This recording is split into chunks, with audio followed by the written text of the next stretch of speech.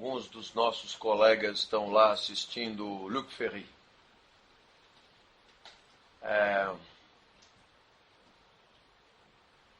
O fato de terem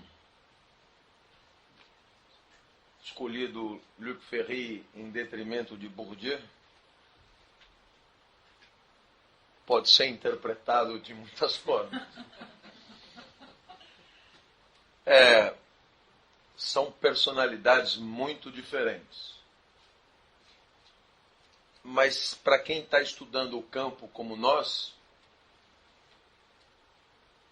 eu tenho a impressão que essa feliz coincidência ajuda muito a entender duas figuras, eu não vou dizer que se detestavam, porque quando Bourdieu foi dominante, Luc Ferry era insignificante. Então não chegaram, na verdade, a se enfrentar. E Luc Ferry ainda tem que comer muito feijão para fazer cócegas no prestígio que conseguiu Bourdieu pelo mundo. E essa introdução me permite, então, começar a nossa aula. O tema de hoje central é legitimidade, procurando mostrar que Bourdieu tinha uma obsessão que era a de estudar as ideias filosóficas a partir de uma lógica sociológica. Em outras palavras, os filósofos sempre tentaram blindar a história do pensamento filosófico, blindar no sentido de torná-lo infenso a uma investigação sociológica da filosofia. E o que isso quer dizer? Na verdade, Meditações Pascalianas é um livro sobre isso. Sobre a tentativa de fazer uma sociologia da filosofia.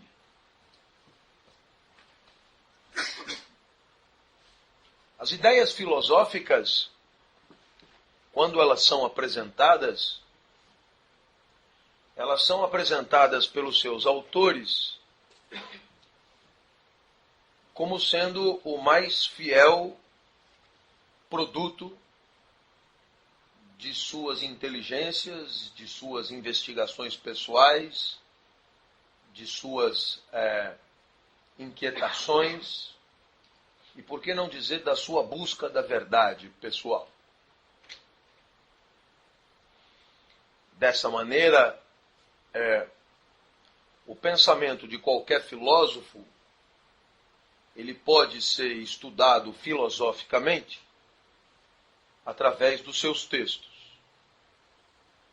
Então, na faculdade de filosofia, o professor pega um parágrafo de Aristóteles e pede para o aluno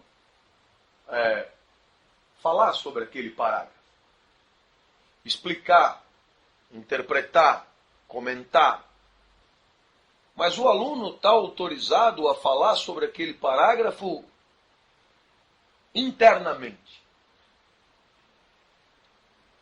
É o que na faculdade eles chamam de leitura estrutural do texto. Em outras palavras, fale o que quiser sobre o texto, desde que a partir do texto e dentro do texto.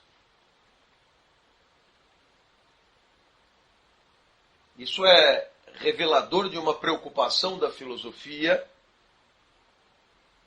em fazer acreditar aos seus novos agentes que o pensamento filosófico deve ser interpretado por ele mesmo. Ora, quando você propõe uma sociologia da filosofia,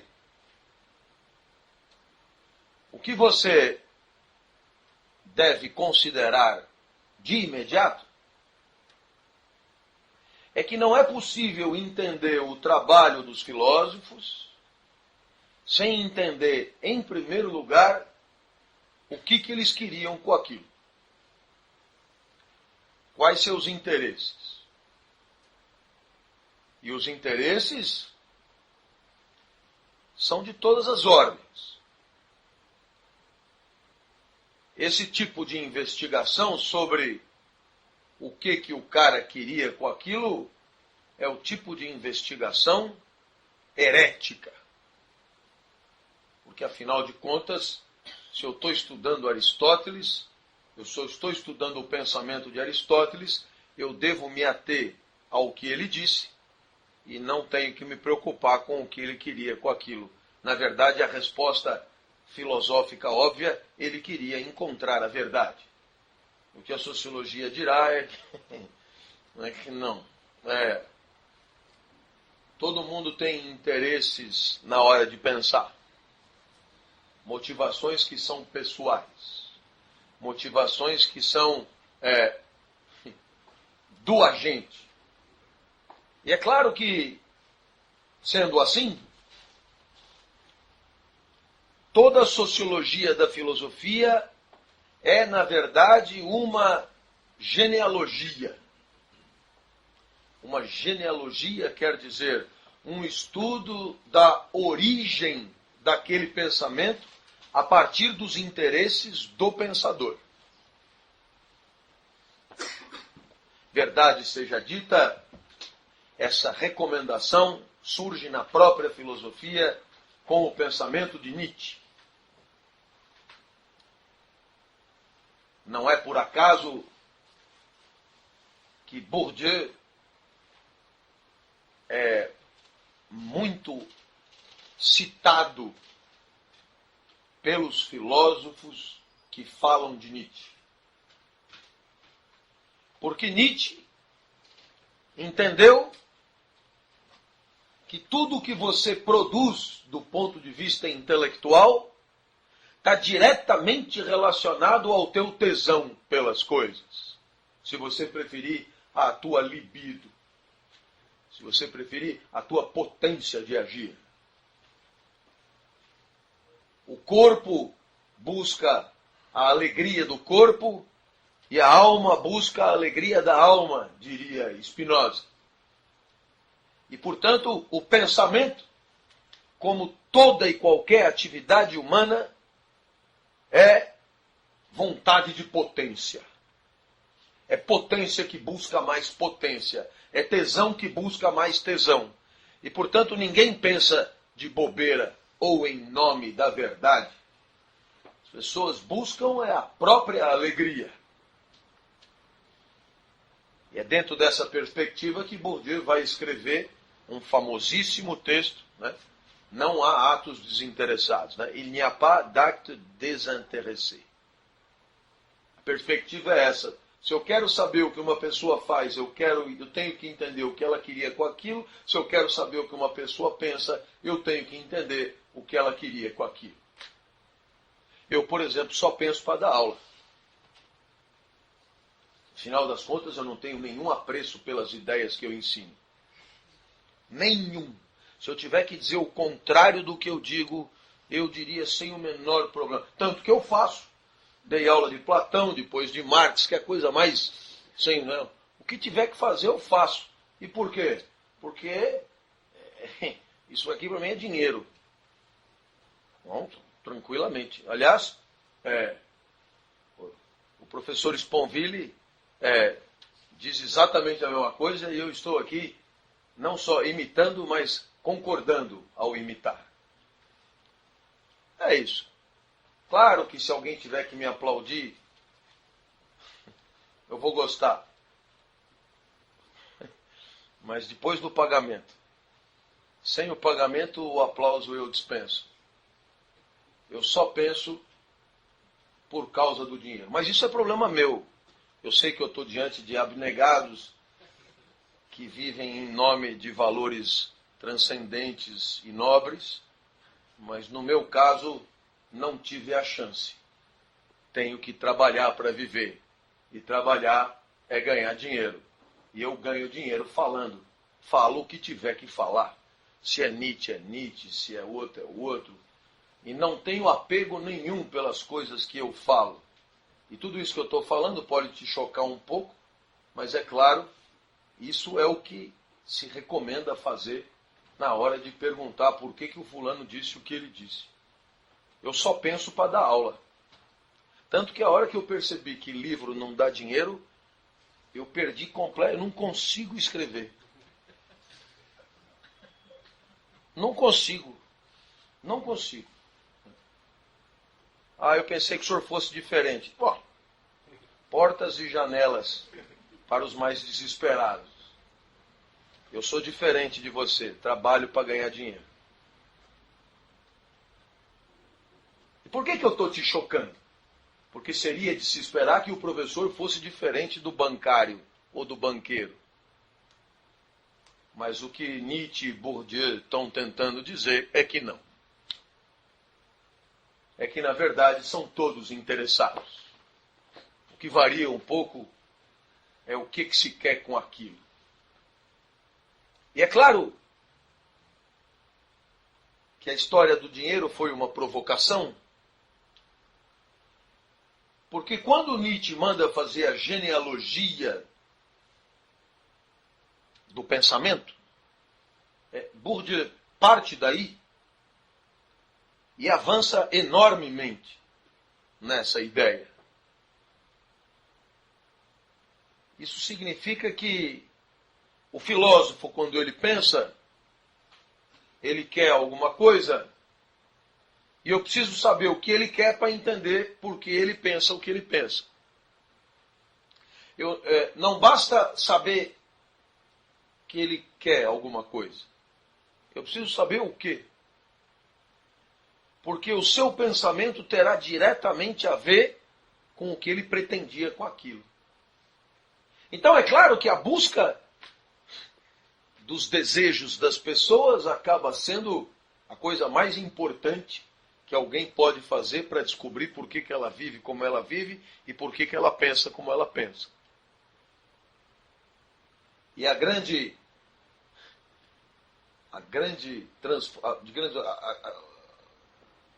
o ponto diferencial de Bourdieu em relação a Nietzsche aqui, onde Bourdieu vai além, é mostrar que eu só vou conseguir descobrir o que as pessoas querem, eu só vou conseguir fazer a genealogia verdadeira do pensamento, se eu entender que o que as pessoas querem é um fato social, é um produto social. Em outras palavras, é uma definição social. Ou seja, os objetos de desejo não são veleidades individuais, mas têm o seu valor definido socialmente. Então é claro que é nesse ponto que fica óbvio que se eu quero entender por que um banqueiro pensa como ele pensa, eu tenho que investigar, eu tenho que fazer uma sociologia do banco. Se eu quero entender por que um jornalista diz o que diz, eu tenho que fazer uma sociologia do jornalismo.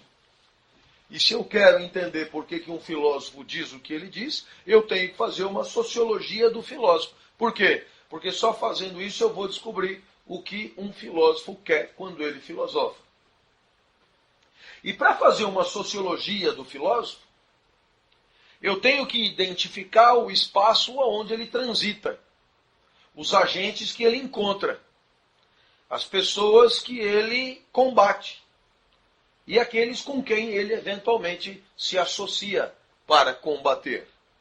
Em outras palavras, é só através do campo filosófico, conforme eu ensinei no nosso encontro anterior, que eu conseguirei identificar o que o filósofo quer. E conseguindo identificar o que o filósofo quer, eu consigo identificar por que ele diz o que ele diz. Em outras palavras, toda interpretação de um texto pelo texto ignora o que importa. E o que importa para atribuir sentido a um texto? O que importa é o que está fora do texto. Porque todo sentido ou significado necessariamente está fora daquilo que se pretende significar. Conforme eu já ensinei para vocês 1 milhão de vezes, quando eu pergunto qual é o sentido de Santos, é porque eu não estou em Santos. Porque se eu estiver em Santos, não tem sentido perguntar qual é o sentido de Santos no sentido de direção. E o sentido no sentido de significado também é a mesma coisa. O significado de uma coisa necessariamente não é uma coisa, mas é outra. Eu só significo uma coisa com outra. E, portanto, se eu quero saber qual é o sentido daquele texto, não é no texto que eu vou encontrar. E eu só vou encontrar o sentido do texto fora do texto. Eu só vou encontrar o sentido no texto numa lógica de produção de sentido que é social. Em outras palavras, o que Bourdieu diz é que só uma sociologia séria da produção filosófica permite dar conta da compreensão da produção filosófica como um todo. O que Bourdieu está dizendo, de maneira bastante atrevida, é que o filósofo não tem condição de atribuir sentido aos textos filosóficos. Ele não tem os instrumentos adequados para atribuir sentido à própria filosofia. Aliás, o que Bourdieu diz é que o matemático não sabe o que é a matemática. Porque o sentido da matemática está fora da matemática. E o matemático está dentro da matemática. Como o filósofo está dentro da filosofia. E só quem olha de fora consegue enxergar o jogo e a lógica de produção de sentido que o campo permite encontrar. Sei que parece doido, mas é muito interessante. Né? Então, quer dizer, quando você pede para um jurista atribuir sentido a um texto de uma sentença, o que ele vai falar é mais do mesmo. O que ele vai pegar é girar em círculos. Aliás, com poucos recursos, porque o jurista costuma ter menos recursos do que o resto dos pensantes. Então, ele acaba dizendo obviedades de maneira mais evidente ainda. Por quê? Porque ele não tem instrumentos para olhar de fora. E o que significa olhar de fora? Significa dotar-se de procedimentos metodológicos de recuo, para falar como Bachelard, né? Para falar como Foucault, né? Recuo metodológico para poder olhar o objeto, o quê? Dentro de uma perspectiva de significação possível. Quando eu estou dentro, eu não consigo fazer isso. Em outras palavras, a interpretação legítima do texto filosófico não é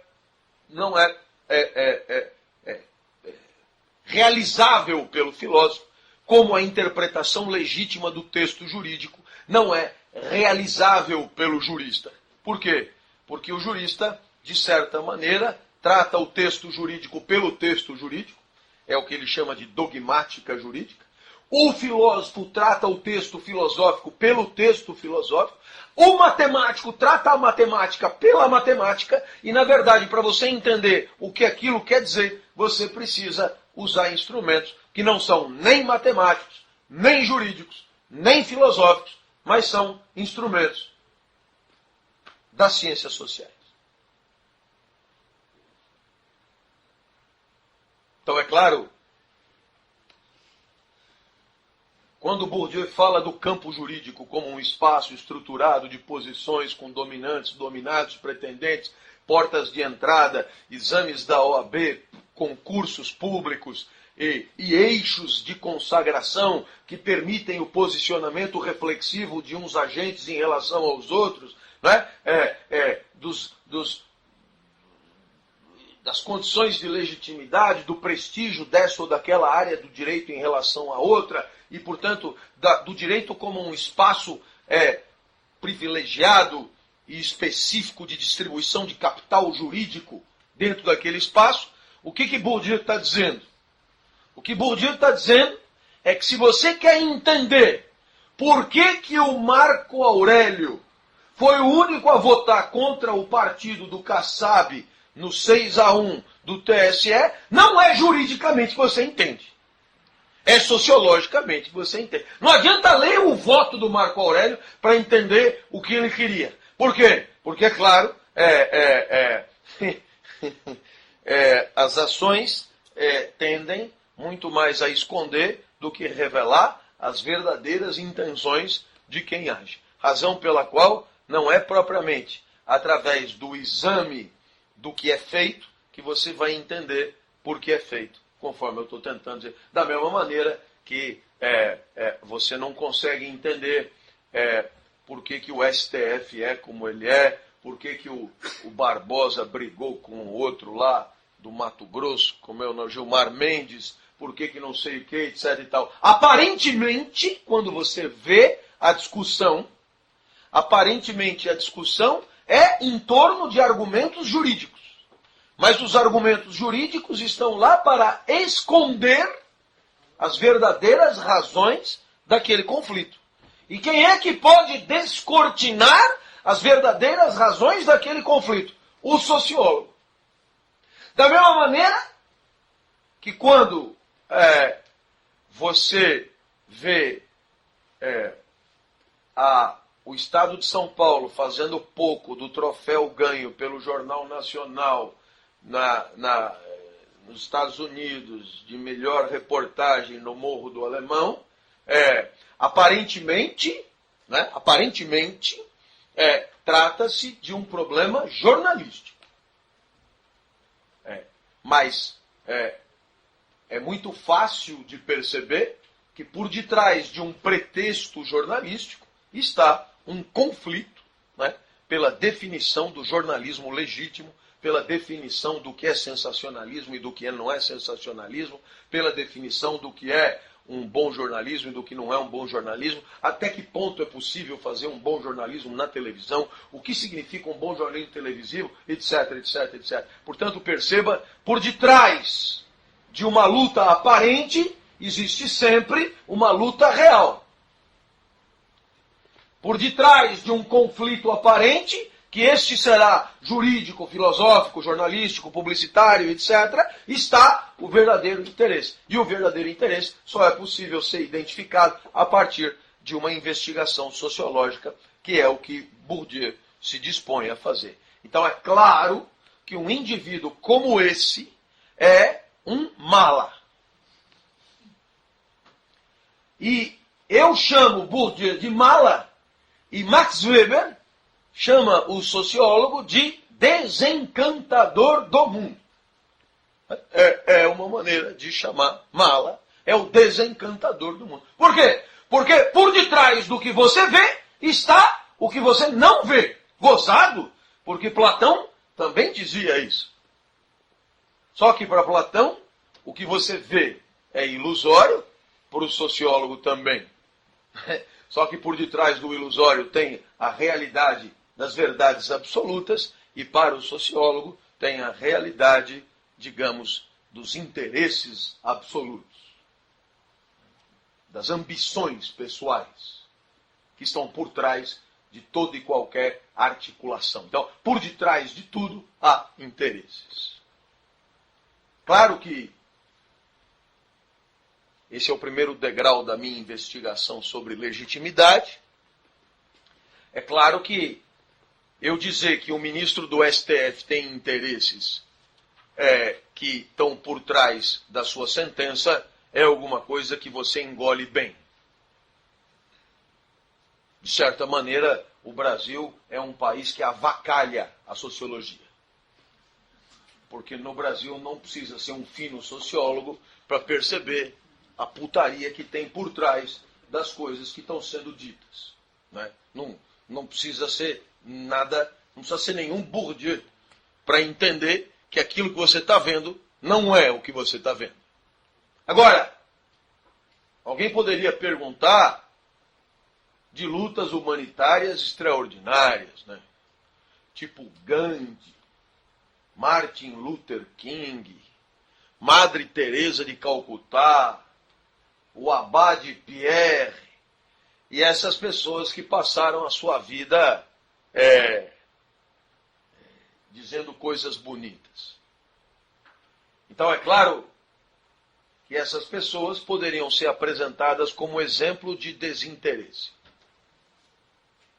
E evidentemente que talvez essas pessoas sejam os melhores exemplos de uma ação interessada. Afinal de contas, toda vez que você se apresenta para lutar por uma causa que não é só sua, é óbvio que você tem um lucro social imediato, que é o lucro social de alguém que luta por causas que não são só suas. Tipo da argumentação em si mesmo. Quer dizer, é alguém que já se apresenta como sendo alguém capaz de lutar por uma causa nobre. E isso, por si só, já é, do ponto de vista social, recompensador e valorizante. Como se não bastasse, o fato de você defender causas que transcendam aparentemente aos teus interesses mais comezinhos, de certa maneira, faz parte de uma identidade que você cultiva com ganhos sociais evidentes. Afinal de contas, é muito útil para você que você se comporte de maneira alinhada com aquilo que você diz que é, ou então com aquilo que os outros pensam que você é. De certa maneira, que muitas vezes nós nos pegamos envoltos em manifestações nobres, em grande medida para pertencer a coletivos que defendem causas nobres, e com isso conviver com pessoas que defendem causas nobres, e com isso ser tomado por alguém que também defende causas nobres, quem sabe encontrar até uma mulher que defenda causas nobres, e ter filhos de casal que defendem causas nobres, e com isso os ganhos são evidentes, porque nós acabamos de nos apresentar e nos definir como pessoas bacanas. Não é legal? Afinal de contas, se você encontra alguém num bar que chega para você e diz: eu só penso no meu pinto, o que eu quero é me dar bem, eu não quero que os outros se fodam, a não ser que estejam no meu caminho. Se não estiverem no meu caminho, que vivam como tiverem que viver, porque eu não me incomodo com os outros. O que eu quero é me dar bem. Esse alguém disse a única verdade que poderia dizer, mas é possível que você se levante e mude de mesa. Porque o que você espera, talvez, é que esse alguém venha com palavras bonitas, coisas legais, coisas que transcendam ao seu ganho imediato. E assim é que nós costumamos nos apresentar como pessoas bacanas. Eu costumo até dizer que me incomodo com os meus alunos, né? Quando eu tenho que mentir muito, né? E aí funciona assim. Eu acabo até aplaudido no final, porque sei convencer. Se bobear, sou capaz até de acreditar no que estou dizendo. E aí então é que fica mais bacana. Você acredita ser o que é, os outros também, e você age para justificar uma identidade, uma definição de si, que já está consagrada por você e pelos outros. E dizer que isso é desinteressado é realmente uma idiotice espetacular. Nesse sentido, Madre Teresa de Calcutá é uma mulher, uma estrategista de marketing pessoal, leitora do Kotler, né? Leitora dos mais agudos construtores de cases de sucesso pessoal, né? E ela conseguiu convencer o mundo inteiro, e talvez ela tenha se convencido também, eu digo talvez, não excluo a possibilidade de ser uma cínica completa, né? Mas talvez ela tenha se convencido de que ela é uma pessoa boa. E não tem nada mais insuportável do que uma pessoa que se apresenta como sendo uma pessoa boa. E aí, então, os outros também concordam, a mídia concorda, o mundo concorda, ela já faz uma postura de uma pessoa boa, né? Ela já se veste como uma pessoa boa, ela usa um cajado de uma pessoa boa, ela vive em ambientes onde pessoas boas frequentam, e os doentes dizem que é uma pessoa boa. Nossa, que beleza, alinhamento espetacular, um case de sucesso. Madre Teresa de Calcutá, eu até apostaria em viver como ela, se me garantissem a glória planetária que ela conseguiu. Até porque não teria muita diferença em termos de ganho financeiro. Diz que é pobre. E eu, por acaso, com os meus R$ 1.800 da USP, sou o quê? E ninguém faz festa para mim vou lá me foder, sem garganta, não sei o que e tal. Agora, porque não tem véu na cabeça, não uso cajado, não faço cara de penitente e não enfio mão em lepra, vão dizer, sou menos por quê? Provocação típica de Bourdieu. Você hoje deve estar olhando para mim em tom de desespero. Mas é que nós estamos nos aproximando do autor, cara. Isso aqui não é violino, velho, para você sair daqui feliz. Isso aqui é o desencantamento do mundo, cara. Não é, né? Vai pegar meia dúzia de trouxa que te enganam o tempo inteiro, junta com a mídia, mais outros palhaços, constroem uma identidade e ainda fazem acreditar que é uma pessoa que viveu para os outros. E o que é mais legal é capaz dela convencer, até mesmo na porta de entrada do paraíso, ela convence os caras lá que ela passou a vida vivendo para os outros, etc. Porque tamanha a força da crença coletiva que isso leva de roldão e o que parece ser acaba sendo, porque a sociedade tem essa prerrogativa de convencer mesmo e tornar óbvio aquilo que pode sempre ser investigado como uma ação interessada. Agora, é claro, você poderia estar pensando assim, mas Bourdieu faz das pessoas asquerosas. Não, de jeito nenhum. De jeito nenhum. Muito pelo contrário. Bourdieu parte de premissas que colocam o homem no seu lugar. Porque o resto é que é fantasioso. E qual é o seu lugar? É o mesmo lugar da girafa, do porco e de qualquer coisa que vive. Alguém preocupado com a própria potência. Alguém preocupado com a própria alegria. Alguém preocupado com o próprio tesão. Quando uma girafa sai de pinto duro para comer outra girafa, o que ele quer é enfiar na outra girafa, tá certo? Agora, no caso do homem, qual é a diferença do homem para a girafa? É que no caso do homem, o que ele pode desejar, né, é menos uma questão só de reprodução sexual e é um pouco mais sofisticado do que isso. Em outras palavras, tem um título, entendeu? Tem um troféuzinho, tem um reconhecimento, tem um aplauso, tem uma pecha de inteligente, uma pecha de bom professor, uma pecha de bom jornalista, um aplauso, um Oscar e não sei o quê, e que faz com que o homem, digamos, ele se entretenha com coisas que ele aprendeu a perseguir. Ele aprendeu a perseguir por conta da sua trajetória. Então, a história do homem é a história do direcionamento da sua libido para troféus sociais que ele está autorizado a perseguir. E o que é mais fodido disso?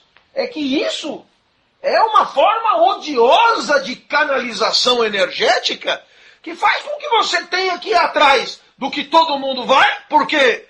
Porque senão você não tem com quem conversar. E é claro, quando você canaliza a tua energia para ser Oscar, Grammy, Jabuti ou qualquer bosta dessa, você está deixando de perseguir outras coisas que eventualmente poderiam resultar mais relacionadas com as tuas aptidões mais genuínas, mais originais, mais naturais, eu poderia dizer. E é aqui que a sociedade trabalha no sentido de obnubilar você, né, e levar você a considerar óbvia uma certa busca, né, aonde você trabalha que nem um cavalo, não sei o quê, porque eu sou diretor não sei do quê, de que empresa que é CIO, Quickcall, Fififou, 50 pau de salário, não sei o quê e tal, nego querendo puxar o teu tapete, te botam num jogo e você começa a jogar uma porra de um negócio que só tem sentido ali, velho. Só tem sentido ali. Você olha de fora, mas estão te matando. Estão te matando. Né? Então é claro que a sociologia de Bourdieu, ela não é depreciativa do homem. Pelo contrário, o que ela busca é uma redenção. O que ela busca é uma libertação. O que ela busca é abrir os olhos para você não se ver pilhado, né, por esquemas que te constrangirão, né, a gastar quase toda a tua energia com coisas que a sociedade apresentou como sendo valiosas em si mesma. Tendo dito tudo isso, o conceito de legitimidade a partir de agora fica muito mais acessível para nós. Não é possível entender Bourdieu sem entender o que é legitimidade. Porque é claro que quando nós estudamos os campos na aula passada, e nós mostramos que no campo acadêmico a Marilena Chauí tem um caminhão de capital, e que o campo é um espaço de distribuição de capital extremamente irregular e heterogêneo, e, portanto, você terá centenas de milhares de professores de filosofia que só estão autorizados a aplaudir a Marilena ou comprar seus livros para indicar para os seus alunos, porque o campo acadêmico é um campo de concentração impressionante de capital acadêmico, entendendo o capital acadêmico como reconhecimento e prestígio dos pares para os jogadores que se tornam pouco a pouco dominantes dentro daquele espaço. Então é claro que sempre haverá a pergunta, como é que isso se sustenta? Foi onde eu terminei na aula passada. Afinal de contas, eu disse para você, os dominantes tenderão a adotar estratégias de conservação do campo e os dominados tenderão a adotar estratégias de subversão do campo. Então a única pergunta que alguém pode fazer é como é que não há uma subversão por segundo? Já que os dominados subversivos são muito mais numerosos do que os dominantes não subversivos. Então é claro, o que eu tentei mostrar para você, já no final da aula, mas deixei um pouco para esse encontro, é que à medida que você vai tendo condições de subverter, você vai perdendo o interesse de subverter. Só tem interesse de subverter quem não tem condição de subverter. Em outras palavras, quem não tem capital tem todo o interesse em redefinir as condições sociais de distribuição do capital. À medida que você vai ganhando capital, você começa a perder o interesse em mudar as condições de distribuição do capital. E o que eu mostrei para você? É o caso do campo acadêmico que eu contei. Você vai prestar mestrado, você tem uma bibliografia, aquela bibliografia já está ali definida, e você diz, por que eu tenho que ler esses livros e não outros? É porque aqueles são os dominantes do campo. À medida que você vai acumulando capital,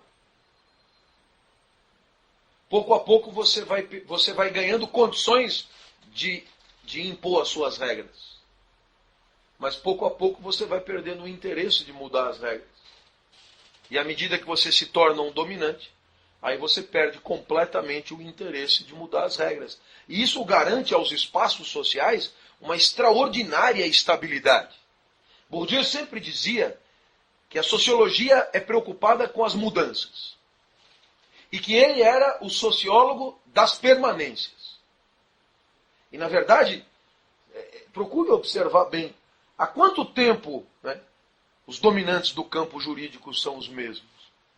Há quanto tempo os dominantes do campo jornalístico são os mesmos? Sabe, quando eu comecei a estudar jornalismo, o dominante do campo jornalístico chamava Clovis Rossi. Hoje, ele continua chamando Clovis Rossi. Ele trabalhava na Folha, que era espaço dominante do campo jornalístico. Ele continua trabalhando, a Folha continua dominando, né? A Folha, o Estadão, o Globo, não sei o quê. Em outras palavras, se você me disser que a pós-modernidade é um espaço em que tudo muda numa velocidade espantosa, pois perceba, aparentemente, tudo muda e nada muda, gozado.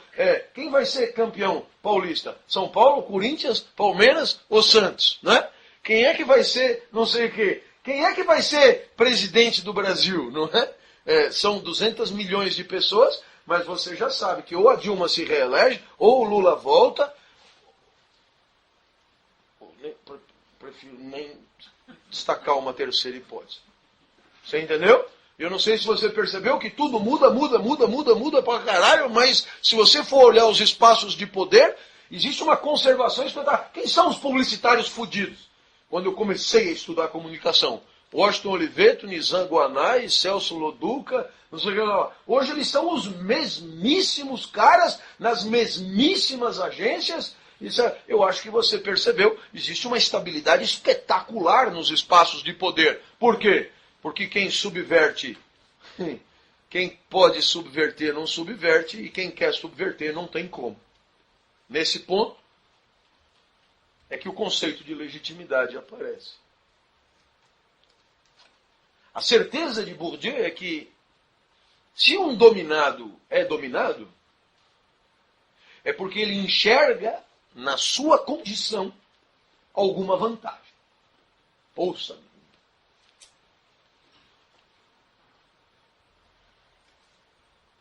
A sociedade não suportaria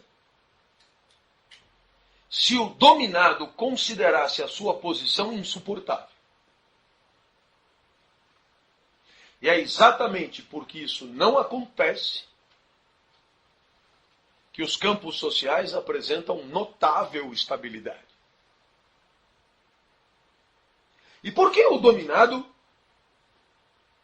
digamos, acharia bom a sua condição? Ou enxergaria ali alguma coisa que lhe é vantajosa ou pelo menos benéfica, já que ele é dominado?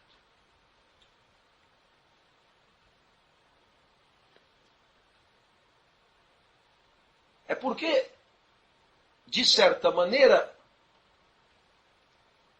toda a trajetória social é revestida de uma expectativa de acúmulo de capital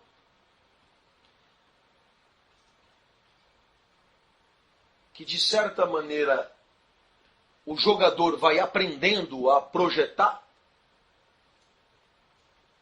e aprendendo a vislumbrar o alcance de troféus intermediários, ganhos de pequeno porte, degraus que acumulados permitirão chegar num ponto mais alto. De tal maneira que se você está no G15, que é o imbecil zero, a pior posição possível, passar para o G14 é uma vitória. É o objeto da tua ambição. E o campo será tanto melhor estruturado quanto mais ele conseguir que todos os seus agentes vislumbrem a possibilidade de um ganho a médio prazo através das suas atividades. Em outras palavras, o que o campo precisa ter para ser um campo que funcione? O campo precisa fazer todos os seus agentes acreditarem que dá para chegar lá. Quer dizer, não basta ter a ilúzio do valor do troféu. É preciso ter a ilúzio da possibilidade de alcançar o troféu. É preciso que todos os agentes sintam essa condição. Claro que não será óbvia, claro que não será remota, mas deve existir essa possibilidade. E é isso que torna a dominação aceitável. A legitimidade, a ideia de legitimidade é um atributo do exercício do poder. É o poder que é legítimo. E o poder é legítimo quando ele é exercido por alguém entendido como autorizado para exercê-lo. E quando é que alguém é entendido como autorizado para exercê-lo? Quando este alguém ocupa uma posição social que o autoriza a exercer. Em outras palavras, eu jamais conseguirei entender por que as relações de poder e de dominação acabam patrocinando uma sociedade com grande nível de estabilidade, se eu não entender os processos de definição das posições sociais e do autorizamento da ocupação dessas posições sociais por esse ou aquele agente jogador daquele jogo.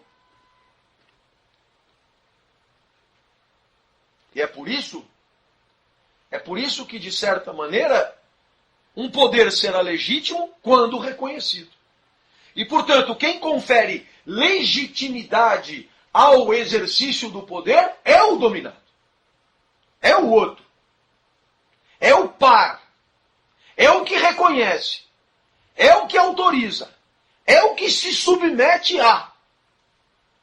Porque o poder não é substância.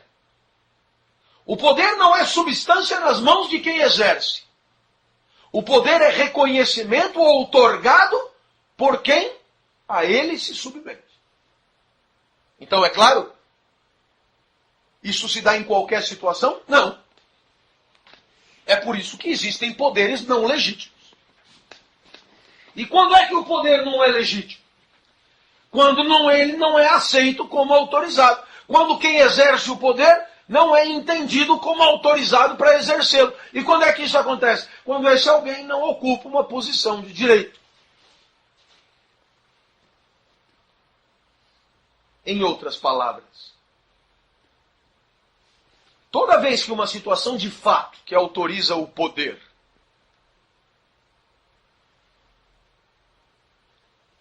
ela se transforma num poder legítimo, ela só fará isto se esta situação de fato esconder o arbitrário da gênese da sua condição por intermédio de um regulador que, mascarando essa situação de fato, torne o exercício do poder aceitável. Não entendi porra nenhuma. É simples, olha aqui.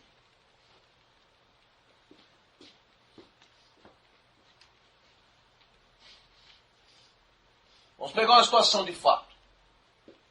Uma família que tenha 200 pau de renda por mês. É uma situação de fato, não? É ou não é? É. Essa família que tem 200 pau de renda por mês põe seus 3 filhos no colégio St. Paul's.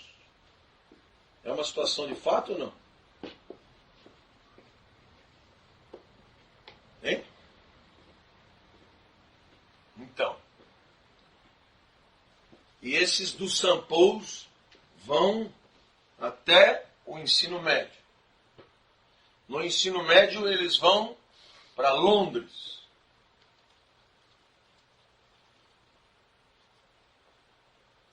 Em Londres, eles vão estudar na London School of Economics. É perfeito, não? E aí você fala, como é que esse cara vai exercer o poder? Eu não posso chegar e dizer, eu ganhei pra caralho, botei meu filho numa escola cara, mandei meu filho, investi dinheiro pra caralho, etc e tal, entendeu? Então ele tem que mandar. Isso não é aceitável. Então aqui vai ter um crivo, eventualmente um processo seletivo. Quem sabe no Banco de Boston. E aí esse cara formado na London School of Economics e que fez estágio no Lloyds Bank, ele já vai entrar aqui ganhando 50 pau por mês. Não é legal? Em algum momento foi dado o pulo do gato. Essa situação de fato, em algum momento, ela foi convertida numa situação de direito. E o poder que esse indivíduo vai exercer, ele jamais será ancorado numa situação de fato, mas numa situação de direito. Eu abri um processo seletivo, concorreu o cara do Lloyds Bank, mas concorreu um fulano que estudou em Ribeirão Preto, que nem eu, nasci na Vila Tibério, né? 5 anos em orfanato, né? E aí depois tal. Só que você não pode dizer, pô, o cara que estudou no St. Paul's vai ganhar de você. Então você arma um concurso para esse ganhar desse. E aí a situação de fato se torna uma situação de direito. E aí ninguém mais pode reclamar. Não é bacana? Explicação fodida. Entendeu ou não? E você sabe o que é legal? É que esse palhaço daqui, do orfanato, ele não tem acesso a todo o caminho. Na hora que ele for contar, ele vai contar, pô, chegou o cara A, chegou o cara B, cheguei eu e eu perdi. E, portanto, ele vai assinar embaixo o processo seletivo, conferindo assim legitimidade a esse exercício do poder dos 50 pau.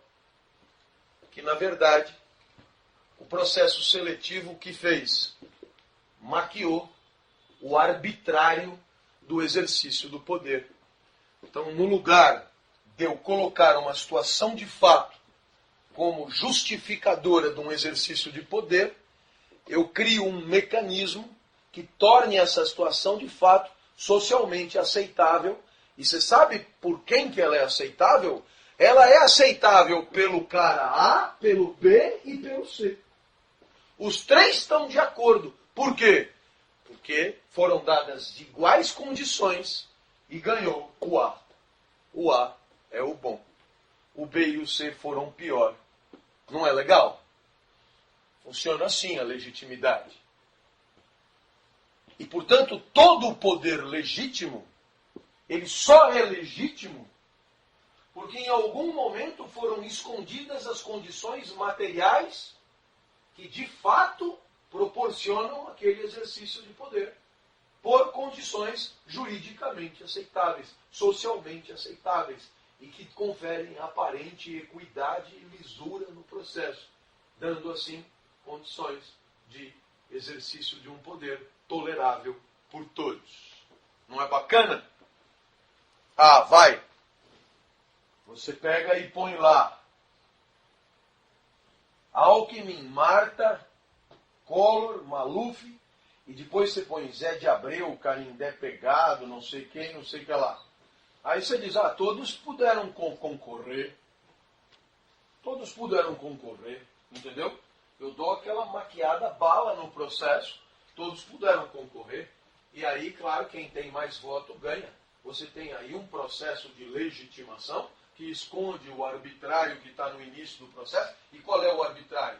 O fato de você ter partidos poderosíssimos, que tem o dinheiro do caralho, que tem o apoio das empresas, que tem não sei o quê, e o outro que não tem porra nenhuma. Você esconde isso com o quê? Com uma aparente equidade do processo. Então você percebeu que existem instâncias na sociedade que têm o papel de legitimar, quer dizer, tornar engolível situações fáticas, injustas, e o direito é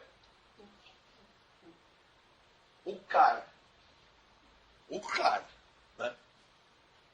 Então eu acho que nesse momento você começa a entender o seguinte: o branco não tem que mandar no preto. Mas o branco não manda no preto desse jeito.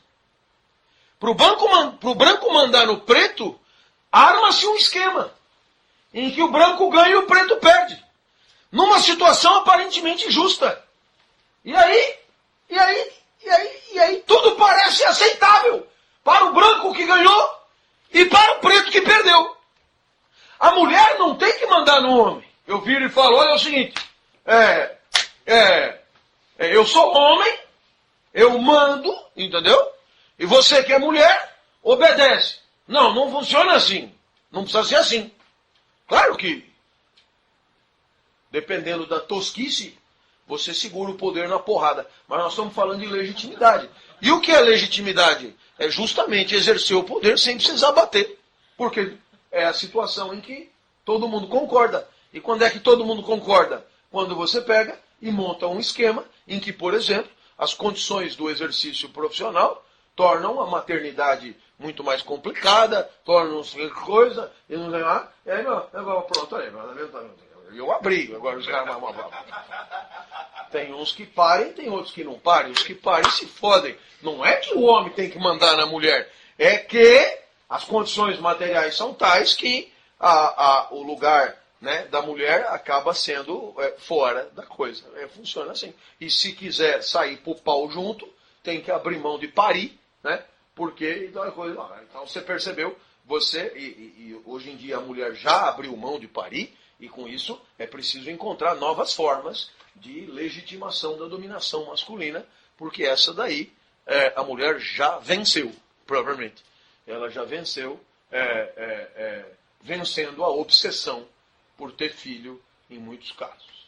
E eu poderia citar aqui 1 milhão de exemplos. Por que eu tenho que mandar e você tem que obedecer? Né? Não é porque a situação de fato exige, é porque haverá uma situação de direito que regulariza, que legitima e que, portanto, esconde a verdadeira situação de fato. Eu espero que você tenha entendido que o processo de legitimação, né, do exercício do poder é, portanto, um processo simbólico, é, portanto, um processo tipicamente social, que faz com que o reino animal da força bruta se torne socialmente aceitável, né, e entendido como justo nas relações de poder. Eu não mando em você porque existe uma situação material que me autoriza. Eu mando em você porque existe um fator socialmente reconhecido por todos que me coloca numa posição de superioridade em relação a você. E é por isso que, de certa maneira, o dominado é o primeiro a chancelar, porque ele é o primeiro a aceitar as condições sociais de legitimação do exercício do poder. É claro que nem sempre é tão fácil. Nem sempre é tão fácil. É perfeitamente possível que você levante a mão e diga: epa, aqui tem truta. Vamos imaginar, por exemplo, que exista uma universidade pública. Essa universidade pública oferece cursos gratuitos e de qualidade, pelo menos no que diz respeito aos meus. Então, é claro, você pega e fala: pô, a universidade é de graça e tem os melhores professores. É lá que eu vou estudar. É pública, né? Aberto para todo mundo. Ah, mas não cabe todo mundo. Então, o que eu faço? Eu monto um exame de vestibular. Perceba que eu não digo: olha, os filhos de família rica que estudaram em melhores escolas terão mais chance. Seria odioso. Eu monto um vestibular. Eu monto um vestibular. Eu não digo: olha, aqueles que estudaram em cursinho caro terão mais chance. Seria insuportável. Eu monto um vestibular. Eu não digo as condições de fato que de fato selecionam. Eu crio uma situação de equidade. E aí eu legitimo o ingresso de uns e o não ingresso de outros. Certo? Claro que tem furo. Por exemplo, em letras, tem 30% de escola pública. Para você ver, como dizia meu pai, pobreza atrai pobreza. Vai fazer o que com letras? Diga. Mas se você cria cotas para estudar... Onde eu ia chegar imediatamente. Então é claro que alguém levanta a mão e diz: tem sacanagem aí. Por quê? Você só pode criar um exame para sair todo mundo pau a pau se todo mundo teve as mesmas condições de se preparar. E nós sabemos que o nosso Brasil é a sociedade injusta padrão. Então, não dá. Então, tudo bem. Então, vamos dar uma maquiada na coisa. E vamos criar um processo legitimador que dê conta da situação de fato, pelo menos um pouco. Então, existe luta. E é aqui que eu queria chegar. As instâncias de legitimação do poder são objeto de luta. Elas não são aceitas de uma vez por todas. Não é assim tão fácil e tão simples. Senão seria mamão com açúcar sempre. E não é mamão com açúcar sempre. Em outras palavras, sempre haverá luta pelas condições materiais de legitimação de exercícios de poder de fato. Ou seja, aqueles que porventura não têm condição de exercer o poder poderão questionar os processos legitimadores, denunciando assim o arbitrário que está sendo escondido por trás deles. Entendeu o arbitrário? O arbitrário é o homem mandar na mulher, o branco mandar no negro, ou o sampous mandar no rapaz da escola pública. Esse é o arbitrário. Esse arbitrário é escondido por processos de legitimação. Mas alguém sempre poderá denunciar os processos de legitimação como sendo tratantes e falseadores da disputa, propriamente. Então, na verdade, os processos de legitimação são alvo de disputa, propriamente. São objeto de luta. Então, estamos avançando. De certa maneira, a gente poderia, então, dizer que existe uma luta pelos símbolos. Existe uma luta pelos símbolos, quer dizer, uma luta pelos sentidos sociais. Uma luta pelos significados das instituições. Uma luta pelo que as coisas querem dizer. A verdadeira luta social é a luta pelos processos simbólicos de legitimação e de consagração de uns, em detrimento de outros. Essa é a verdadeira luta, tá certo? Eu costumo sempre dar um exemplo que está por trás desse exemplo do vestibular, que é o exemplo da universidade pública.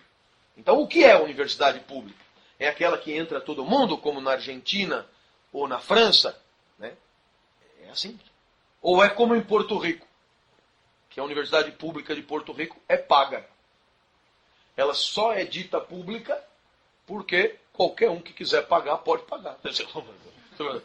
Para nós é engraçado, mas eles acham isso. Percebeu? Existe uma luta pelo entendimento das coisas. Existe uma luta pelo sentido das coisas. Existe uma luta pelo significado das coisas. Por quê?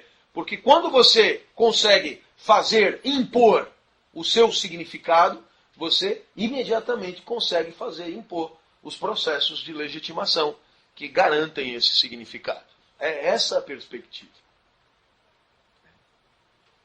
Porque na hora que eu consigo definir o que é a universidade pública e eu consigo convencer todo mundo do que é a universidade pública, é claro que o processo de entrada na universidade pública vai ter que estar alinhado com o entendimento maior do que é a universidade pública. Portanto, perceba que a luta social não é um dando porrada no outro, mas é uma luta pelos sentidos das coisas, pelo que as coisas querem dizer.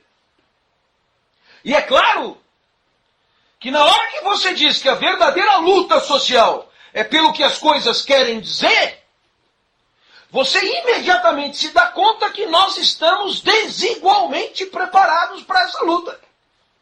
Em outras palavras, se a luta é ideológica, se a luta é pelo sentido das palavras, é claro que a luta fica reservada a 2 ou 3.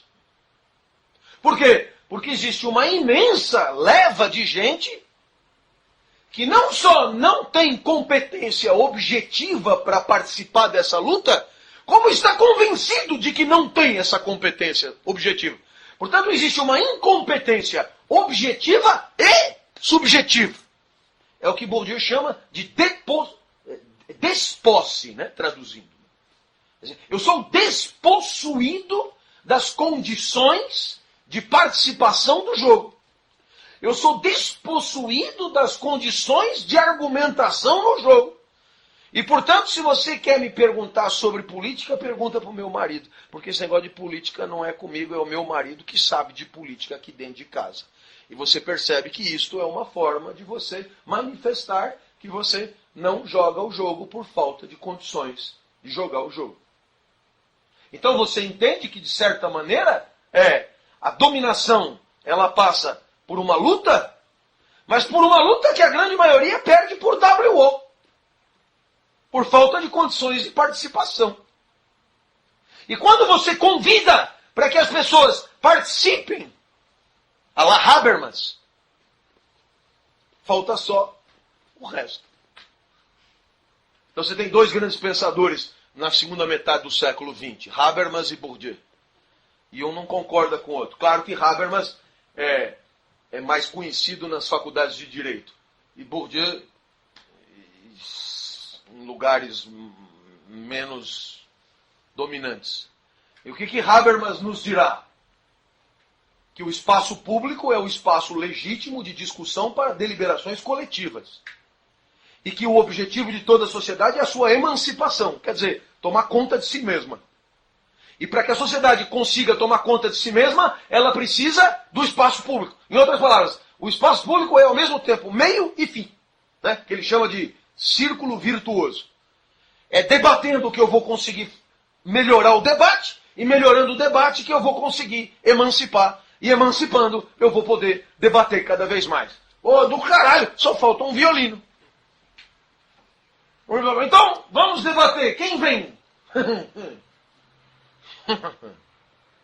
Mas nem na Alemanha vai dizer, porque aqui é o Brasil. Que na França aí, eleições presidenciais, se você deixar, né? Alguém fala, mas a gente participou dos diretas já. Foi a golpes de Fafá de Belém, Zezé de Camargo e Luciano, etc e tal. Você enche o Anhangabaú com ou sem diretas já. Porque aquele mesmo cara com a bandeira, eu quero votar, e o caralho, é o que não votaria se tivesse eleição amanhã facultativa. Sabe? Tira a obrigação. Não sei se você já parou para pensar que aqui a gente é obrigado a votar. A gente é obrigado a participar da festa da civilidade. Sabe? É obrigado. Porque deixa livre para você ver os caras pintados. Deixa livre para você ver o espírito de civilidade. Deixa livre para você ver o interesse pela coisa pública. Deixa livre. Então, é claro, é por isso que tem que obrigar. Então, essa é a vitória de Bourdieu contra Habermas. Quer fazer um espaço público onde todo mundo debata? Então, é claro, seria preciso que as pessoas tivessem, 1, condição de debater, 2, motivação para debater. No final, são dois lados da mesma moeda. As pessoas não querem debater porque não sabem debater e não sabem debater porque não debatem. Não estão preparadas para isso. Além do mais, nós não temos aqui uma escolaridade que prepare para isso. Nem a de elite. Nem a de elite. Aliás, as nossas escolas de elite são uma bosta. É porque, quer dizer, lá na Índia é um país horroroso, mas a educação de elite forma um prêmio Nobel por ano lá. Aqui, zero, velho. A nossa educação de elite é horrível. É claro que a outra é pior, mas do ponto de vista da participação no espaço público, é zero para os dois. E nós temos uma sociedade desarticulada. A ponto você pega um cara e ele diz, quem que eu vou eleger para presidente? Porque eu quiser. Então eu vou pegar o maior desafio do mundo. Você. Sou eu. Eu vou eleger você. E me enrola, velho. É espetacular. E cadê o adversário? Não tem adversário. Aí tem o outro lá de Guaratinguetá, são piores ainda. Uma meleca total, e aí você não consegue assistir o debate, não tem debate, eles não discordam em nada, eles não sabem... Então você percebe o quê? Que o que Bourdieu denuncia é que o exercício do poder se dá por falta de resistência. E não é assim? Os caras cagando lá em cima, e você, o que faz? Assistindo a aulinha. Não tem resistência. E não tem resistência por quê? Porque há um despreparo importantíssimo para que o debate sobre as condições de legitimação do poder fosse um debate que efetivamente questionasse os processos de legitimação do poder. Bom, eu espero que vocês tenham entendido que os processos de legitimação, eles são, de certa forma, respeitadores das particularidades de cada campo. Em outras palavras, aquilo que legitima no campo acadêmico, não legitima no campo jurídico, que não legitima no campo jornalístico, e assim por diante. Isto é, os critérios de distribuição de capital específico dos campos, de certa maneira, é devedor das condições particulares de legitimação e de consagração específicas a cada campo. A frase clássica, né, que eu já estou começando a falar como ele, de certa forma. Né? Então é claro que, o que isso quer dizer? Isso quer dizer que para alguém se converter num dominante do campo. Não há regras genéricas. O que há são espaços sociais concretos que têm uma história e que ao longo dessa história, esses espaços consagraram meios de consagração. Então, o que eu quero dizer com isso? Que as instâncias de legitimação não estão lá desde sempre, não estão lá para sempre, mas elas são o produto de uma história social do campo. Olha, só para você ter uma ideia do quanto isso é pertinente. Dentro do campo jurídico, você tem o STF. E o STF, há muito tempo, é a nossa Corte Suprema. Mas a história recente do STF é claramente dividida em dois. Quando eu estudei direito, antes da Constituição de 88, o STF não valia nada. Ou não valia uma canela do que ele vale hoje. E por quê? Porque, de certa maneira, a nova Constituição consagrou novos mecanismos de consagração jurídica, e entre eles, esta corte específica. Então, eu queria mostrar a você que nós estamos aqui no coração daquilo que Bourdieu chama de estruturante e estruturado. Né? É o dialético por excelência. O que ele quer dizer com isso? As instâncias de legitimação, elas estruturam o campo. Você é dominante, você é dominado, você tem mais capital, você tem menos capital e assim por diante. Mas, ao mesmo tempo, as relações do campo, elas estruturam as instâncias de legitimação, que não são para sempre, mas estão à mercê do que acontece no campo. Então, A determina B e B determina A. Falamos do exame da OAB. Houve época que esse exame era uma falácia. E, portanto, o que acontecia com o exame sendo uma falácia? O ingresso no campo jurídico estava facultado a qualquer estudante de direito. Ora, o que acontece quando isso acontece? O que acontece quando isso acontece é que você tem que botar a porteira em outro lugar. Por quê? Porque como não tem para todo mundo, em lugar nenhum, isso quer dizer os troféus são poucos e os competidores são muitos. Se você abre a porteira num canto, em algum lugar você tem que fechar a porteira. Porque senão você compromete o jogo. No caso das faculdades argentinas, você deixa todo mundo entrar no primeiro ano. Só que só passa para o segundo ano 5% dos que entraram no primeiro ano. Então, você percebeu? Você tirou a porteira do vestibular e botou a porteira mais para frente. Em outras palavras, cada campo tem as suas formas de seletividade. E as formas de seletividade são formas de legitimação do poder. Indo mais longe, à medida que você consagra formas de legitimação, você também consagra atributos a serem legitimados.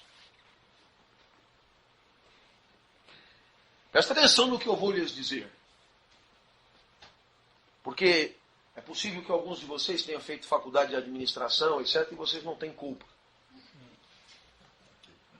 Você tem na faculdade de administração coisas como liderança. Aliás, não só na faculdade, mas depois tem cursos de liderança nas empresas, escritórios que oferecem programas de liderança e palestrantes que oferecem liderança e vende, velho. Vende que é uma beleza.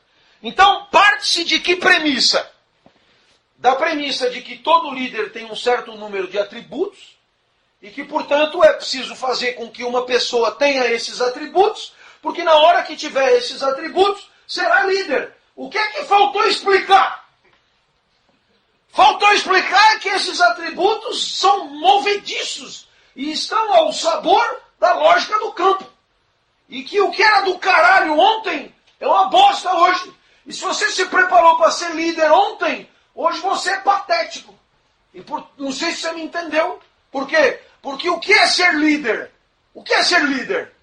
É exercer o poder legitimamente. Claro, sempre haverá um americano patético para dizer que tem níveis de liderança, 1, 2, 3, ou não sei o que, não sei o que lá. Mas ser líder é exercer o poder legitimamente, com o reconhecimento do dominado. Ora, malandro, eu te digo, Marilena Chauí é líder. Ela não tem um único atributo, entendeu? Desses aí, para ser CEO da Ford. Né? Nenhum deles. Nenhum. Nem inglês ela fala. Né? Nenhum. Então, o que você percebe? Que dependendo do campo que você tiver, os atributos da liderança serão uns ou outros. E dependendo do momento da história do campo, os atributos serão uns ou outros. Em outras palavras, um atributo pessoal poderá ser condição de exercício legítimo do poder, ou poderá ser um atributo completamente ilegítimo para o exercício do poder. É isso. Tudo depende da história e da geografia da sociedade. Tudo depende de onde você está e quando você está. Porque o Collor foi eleito presidente. Por você, claro, que não votou no Lula, que eu sei. Você votou no Collor. Claro. E votaria de novo, porque é o eterno retorno. Só que o Collor agora ele tem que vir penteado diferente. Como é que ele veio penteado em 89? Diz! Assuma, velho. Não tem problema, nós estamos aqui para jogar. Assuma! Como é que ele veio penteado em 89? Ele veio penteado como piloto de Ferrari, piloto de jet ski, lutador de karatê. Foi isso. E que mais? Uma trajetória política pífia, consumidor de entorpecente, trajetória em estados, digamos, de performance, de gestão desprezível. E que mais que ele tinha? Caçador de marajás. Caçador de marajás. Que é uma espécie... Caçador de marajás, admita, é título de novela. Caçador de marajás, que não cai bem.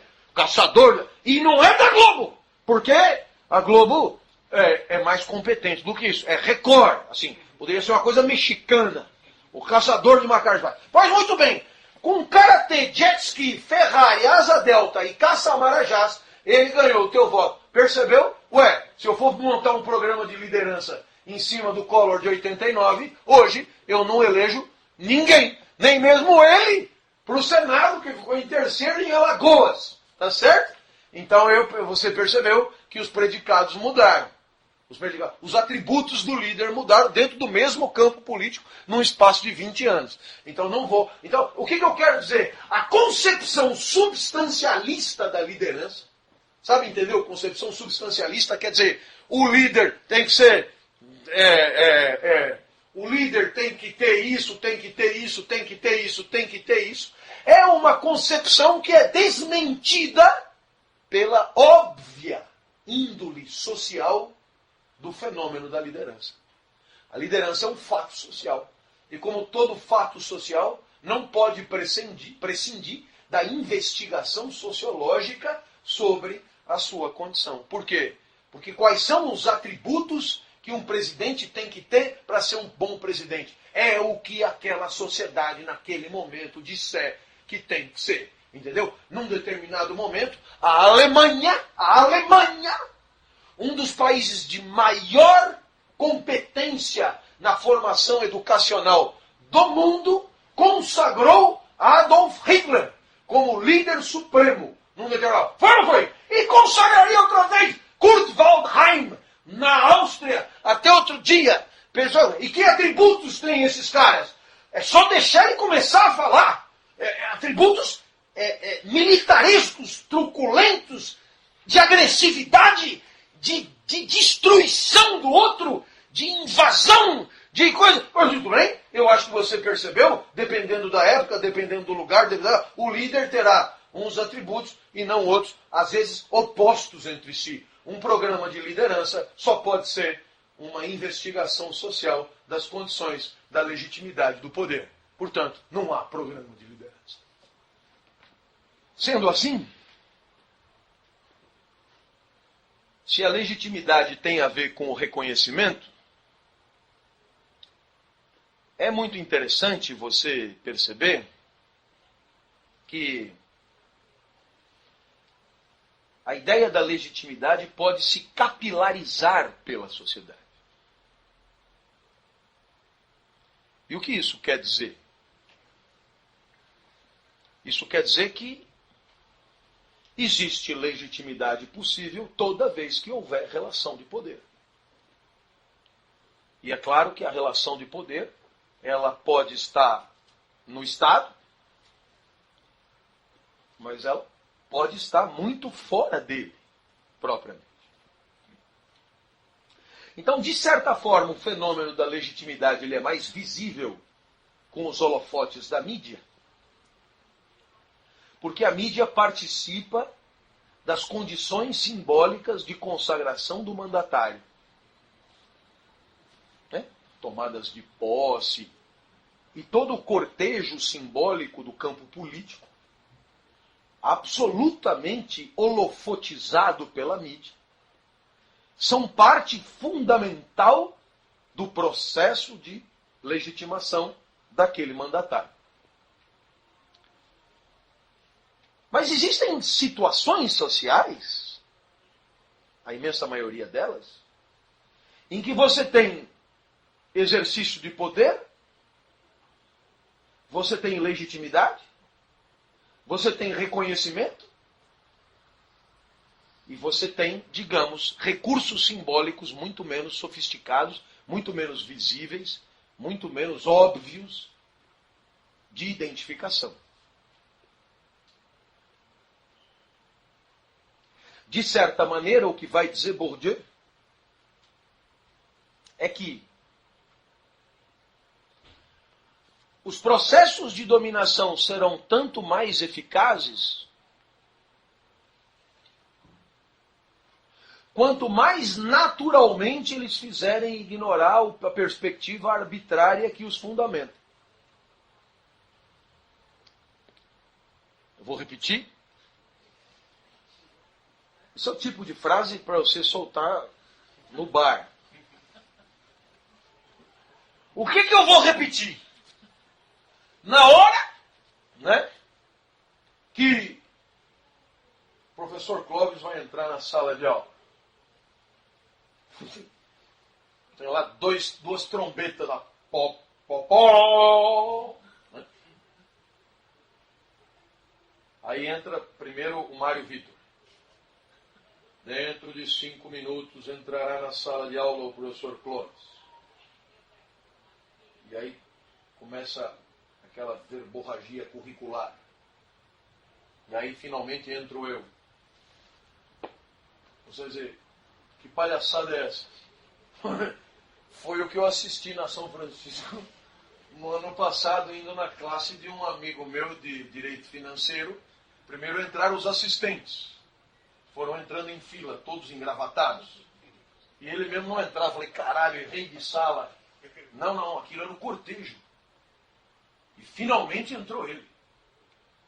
Então, claro, aí você tem o quê? Mecanismos ostensivos de legitimação simbólica. O que é que Bourdieu ensina?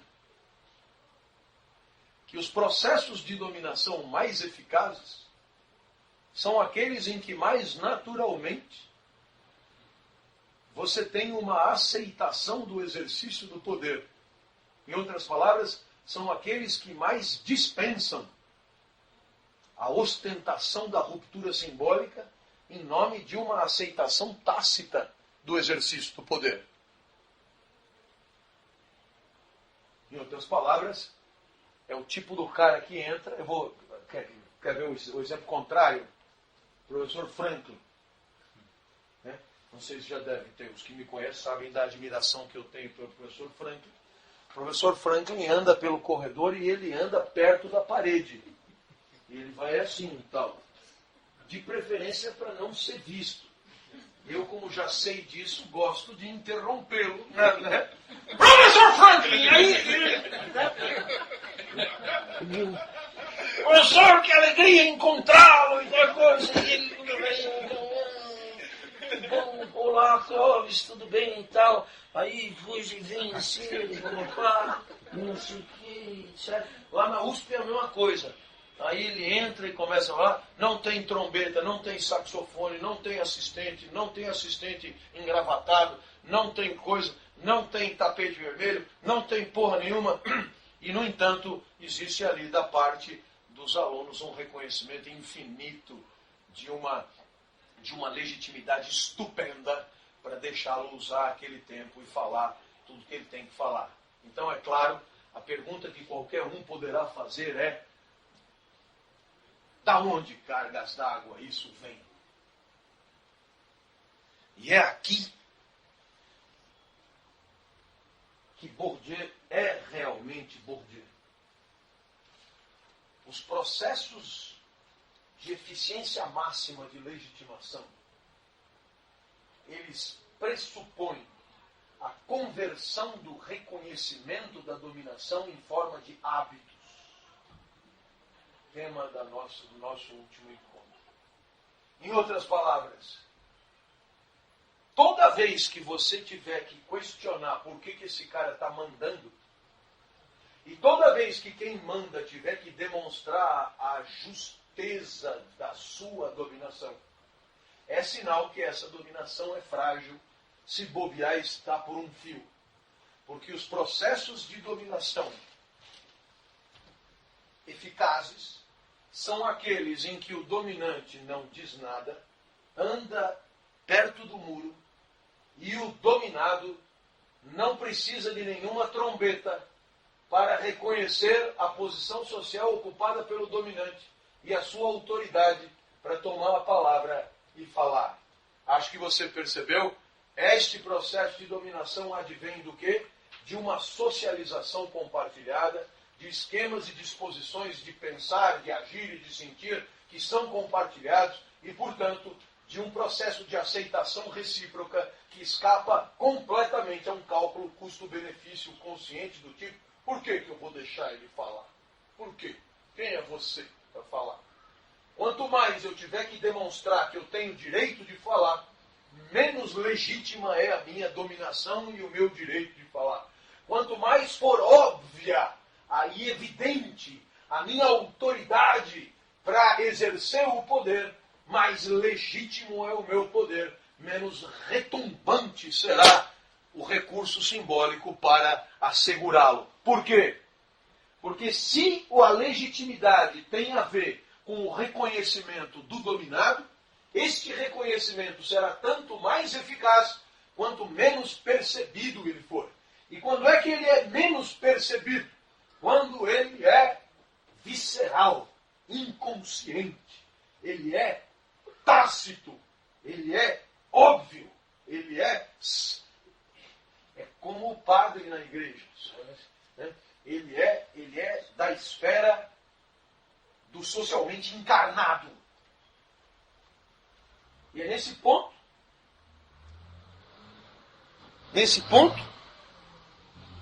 que a gente só pode concordar com Bourdieu. A legitimação nada mais é do que uma grande concordância entre dominantes e dominados. E o que ele chama de grande concordância? Não é uma concordância assim, eu digo e você concorda com o que eu digo. Não. É uma concordância de maneiras de pensar, mas é uma concordância de maneiras de sentir, é uma concordância de maneiras de agir, é uma concordância de maneiras de se portar, é uma grande concordância. Em outras palavras, Bourdieu está absolutamente convencido de que o exercício legítimo do poder pressupõe um processo de legitimação que contamina dominantes e dominados num mesmo hábito, num mesmo jeito de ser, num mesmo jeito de se portar. E isso dispensa de longe demonstrações enfadonhas sobre por que eu tenho que mandar e você tem que obedecer. Dirá Bourdieu, toda vez que a legitimação passar para a esfera da demonstração, ela está em vias de ser questionada e subvertida. E, portanto, todo o processo de dominação, ele dispensa completamente toda justificação do exercício do poder. Nesse ponto, eu queria dizer, quer dizer, é muito difícil mastigar mais do que eu estou fazendo, porque toda vez que a gente esbarra no hábitos, aliás, tudo com Bourdieu faz alusão a coisas de difícil exemplificação. Mas eu espero que você tenha vivido ao longo da sua trajetória situações sociais em que você se dá conta de ter pisado na bola, cometido uma heresia. E você, portanto, se sente mal por ter feito isso. E esse sentir-se mal, estar mal na sua pele, dizem os franceses, nada mais é do que um erro. Um erro. Um erro de comportamento social. Se a socialização tivesse sido mais perfeita, o alinhamento entre a expectativa social do seu comportamento e o seu comportamento seriam mais perfeitos. Como uma orquestra sem maestro. Mas como as socializações não são perfeitas porque nada é perfeito, existe a possibilidade do erro. Essa possibilidade do erro será tanto maior quanto menor for, digamos, a naturalidade da inscrição naquele universo. Quer dizer, quanto mais novato você for, quanto menos habituado você estiver ao comportamento social dentro daquele universo. É por isso que o debutante, é por isso que o calouro, é por isso que o recém-ingressado é tomado por idiota, é feito como idiota, é ridicularizado como idiota. Por quê? Porque falta a ele o senso prático. Le sens pratique. E o que é o senso prático? É a competência para agir de maneira alinhada com as expectativas sociais, sem precisar pensar. Aquele que precisa pensar pode até acertar na hora de agir, mas ele é lento, ele é paquidérmico, ele é esquerdo. Entendeu o que eu quis dizer? O Luc Ferry está aí, eles me chamaram para jantar com ele ontem. Eu não fui. Eu poderia resumir, não estava afim. Seria ótimo. Mas não é bem não estar afim. Eu sei o que é. Eu conheço o tipinho. E o tipinho é frequentador de espaços sociais que eu não frequento. Não sei se você entendeu. Ou ele vai estar deslocado, ou eu. A chance de ser eu é maior. Questão de capital é matemático. Então, como é que eu sei que eu vou me dar mal? Pelo tipo de restaurante que eles já escolheram. Ninguém convidou para vir no Sujinho. Ninguém convidou para ir no Degas da Alameda da Teodoro Sampaio. É uma porra fresca ali na Bela Sintra e tal. Deve ter 3 ou 4 copos na frente. Eu já vou ter que pensar. Eu acabo acertando. Mas eu, por exemplo, já não bebo vinho. Já é ruim. Eu gosto de Coca-Cola, também não gosto de água. Coca-Cola já não entra em nenhum daqueles copos ali. Então você começa a ficar esquerdo e tal. Agora, claro, como eu conheço toda essa bosta, eu não vou me apequenar. Pelo contrário, então eu vou ser desagradável, né? Eu vou deslegitimar as regras, entendeu? Né? Aí não tem jeito. Eu vou ser Bourdieu, e Bourdieu é foda. Onde ele entra, ele é um elefante numa loja de louça. Né? Que nem eu fui jantar, fui passar o Natal, velho. na casa do Mafezoli, que é outro desses caras que você não sabe bem. É uma identidade fluida, não?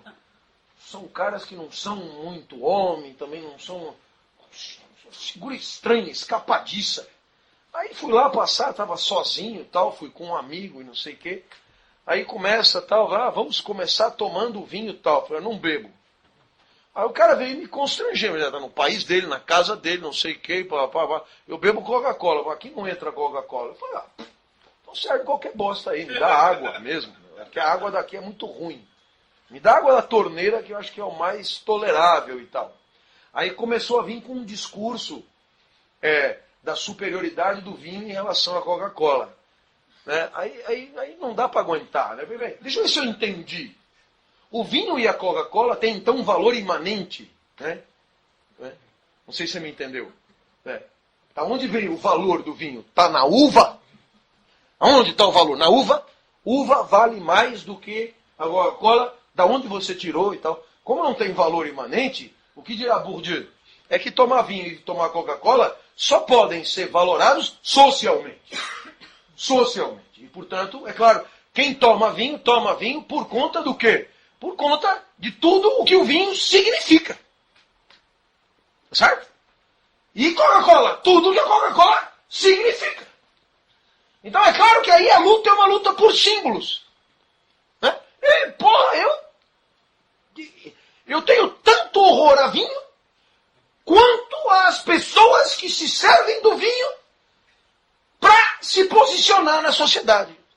Amigo, vai estudar e não me enche o saco, velho. Não, porque isso é um conhaque, não sei o que e tal, aquela coisa. E eu sinto que ia acontecer a mesma coisa. Por quê? Você poderia imaginar o seguinte. Eu tomo vinho e você tome o que quiser. Não te parece normal, hein?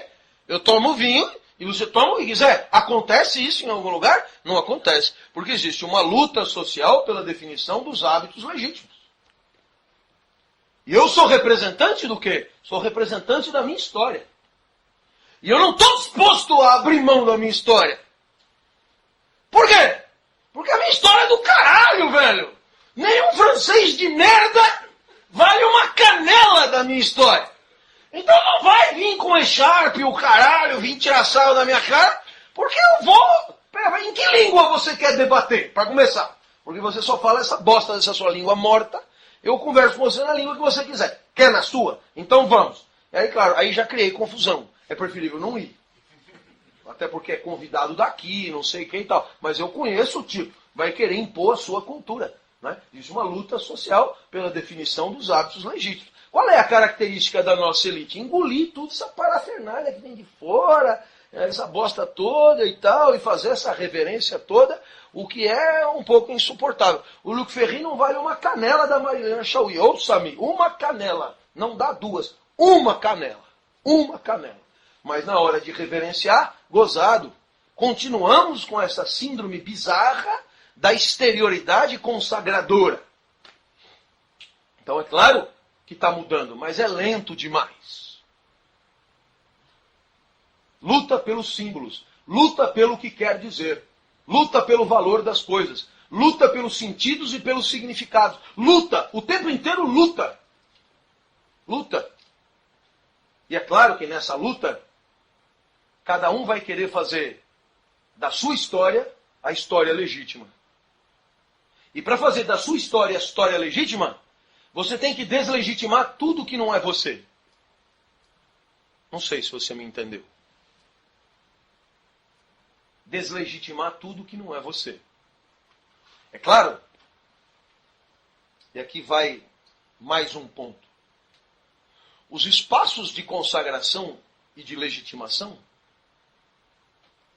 eles são internos aos campos, isso já aprendemos.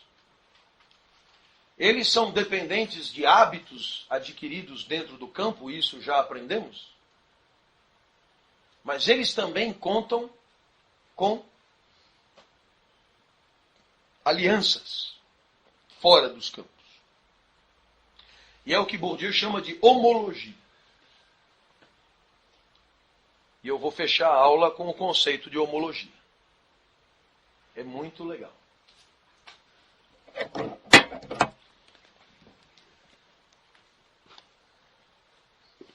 Aqui você tem um campo. Aqui você tem um outro campo. Esse campo tem dominantes e dominados. Isso também. Então existe uma especificidade desse campo, regras, troféus e caralho, e uma especificidade desse campo. Mas existe uma iniciativa muito salutar, que é a iniciativa de você fazer com campos externos alianças estratégicas. E por quê ela é eficaz? Ué, não falamos que os circuitos de consagração serão tanto mais eficazes quanto maior a distância social do objeto consagrado? Nada melhor do que pegar alguém fora do jogo para me dar suporte. E aí Bourdieu será genial. Aliança entre campos. Dominante com dominante. E dominado com dominado.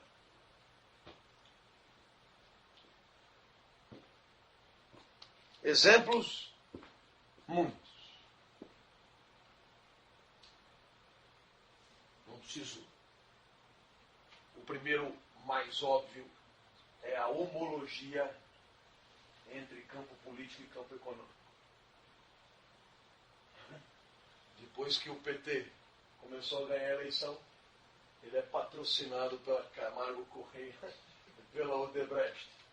Enquanto ele não ganhava a eleição, era eu que carregava o saco vermelho, pegando moeda atrás de moeda. Acho que você percebeu. O mundo trata melhor quem se veste bem. Muito bem. Esse do campo político-econômico é muita coisa, né? E o partido do Zé de Abreu é patrocinado pelas cuecarias Garça de Ribeirão Preto, né? E tem também o apoio da borracharia Oswaldão de Carapicuíba, etc e tal. Por quê? Porque funciona assim. É nóis, mano. Entendeu? É nóis. Sou solidário com o colega lá, etc e tal. Bom, mas quer outro exemplo eu dou. Outro exemplo espetacular de homologia estratégica é o exemplo da parceria da Rede Globo com a Igreja Católica. Parceria que tem no Padre Marcelo a sua figura mais emblemática. A Rede Globo é dominante do campo das mídias e a Igreja Católica é dominante do campo dos bens imateriais. Né? Espaços autorizados de venda de salvação. Então você tem a Globo aqui, e aqui você tem a Igreja Católica, e essa parceria é uma parceria de uma fertilidade e de uma contundência espetacular. Até porque ela se opõe a uma parceria homológica no segundo andar, que é Record Universal. Olha que legal. Você quer mais, não? Eu daria milhões de exemplos de parceria entre dominantes de diversos campos.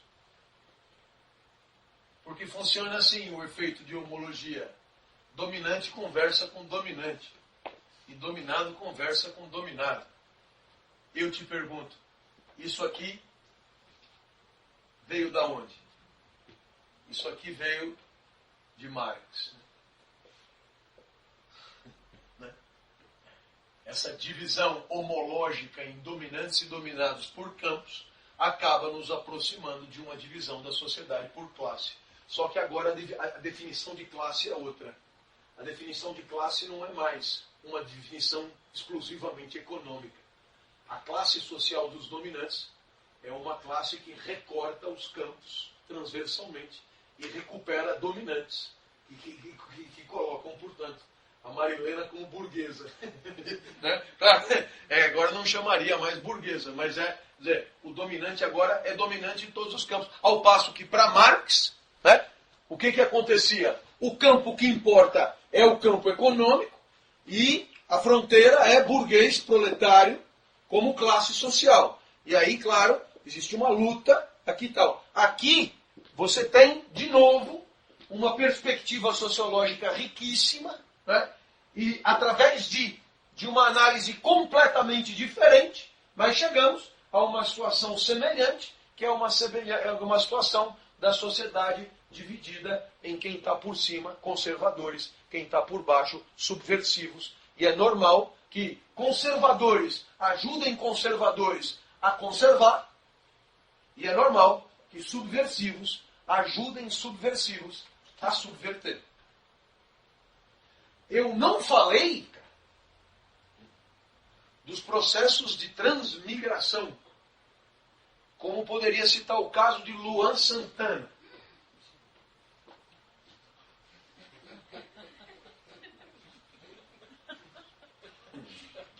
Eu não sabia que eram tão bem formados em música. Mas desculpa, é que Luan Santana é o artista brasileiro que mais ganha hoje. Então, por isso. O que é que Bourdieu dirá? Você tem um campo da produção cultural. Um eixo do campo da produção do cultural é esse eixo que fez as pessoas suspirarem. É o comercial versus erudito. Perceba que a dicotomia não é popular e erudito. Caetano Veloso está aqui, junto com Chico Buarque. É popular e erudito. O comercial é avaliado em função do quê? Em função da grana. Ora, perceba que este campo, cortado pelo eixo erudito comercial, é um campo que mantém com o campo das mídias uma relação mais complexa do que simplesmente uma relação de homologia. Por quê? Porque o erudito está aqui, um show por ano, Caetano Veloso, não sei aonde, e o comercial também está aqui. Em outras palavras, o campo dos dominantes da mídia pega os dominantes eruditos e os dominantes comerciais para ele. Curiosamente, para você sair de um comercial chinfrim para um comercial bem-sucedido, você precisa do ingresso no campo das mídias. Curiosamente, é graças ao ingresso nos campos da mídia que você consegue alavancar. E é graças à alavancagem que você entra no campo da mídia. Em outras palavras, os meios de comunicação são estruturantes e estruturados pelas carreiras dos cantores de índole comercial. Né? Se você entendeu. É uma coisa completamente dialética mesmo. Quer dizer, para ganhar dinheiro eu tenho que estar na Globo, mas para entrar na Globo eu tenho que ter dinheiro. Fundamentalmente é isso. Em outras palavras, existe um ponto aqui, que é um ponto que você não sabe aonde começa e onde termina. É o que Bourdieu chama de structurant e structuré. Em outras palavras, o eixo erudito comercial é estruturante do campo da produção cultural e é estruturado pelo campo da produção cultural ao mesmo tempo. Mas isso a gente continua na sexta-feira.